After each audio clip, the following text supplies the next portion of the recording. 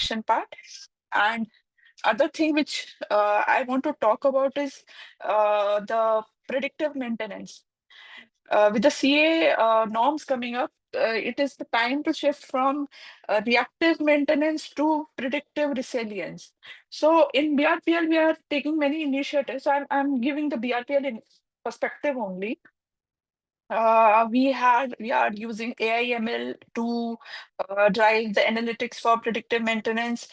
We are using drone surveys to survey the overhead circuits, EHV as well as 11 kV, in order to come to know the circuits which are prone, the circuits and the elements which are prone to breakdown, and we can take the action beforehand, not wait for them to get into breakdown and then take the action.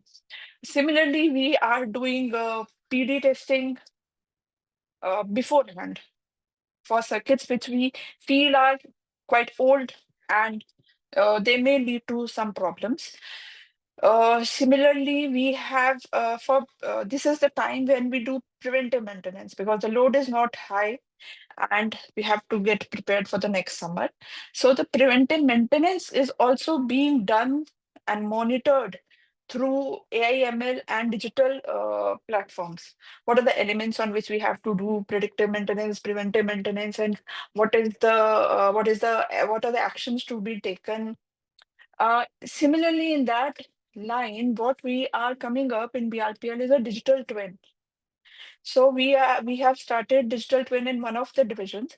That is an exact replica of the electrical network on a digital platform, which predicts what are the elements under stress, where we can include, where we can give the fresh loads, where we can include DRs, how will the network behave after the including of EVs? The EVs are coming a big way in Delhi.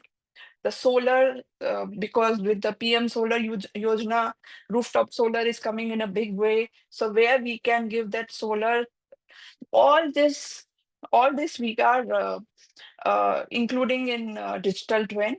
So that is what we are doing for predictive and preventive maintenance in a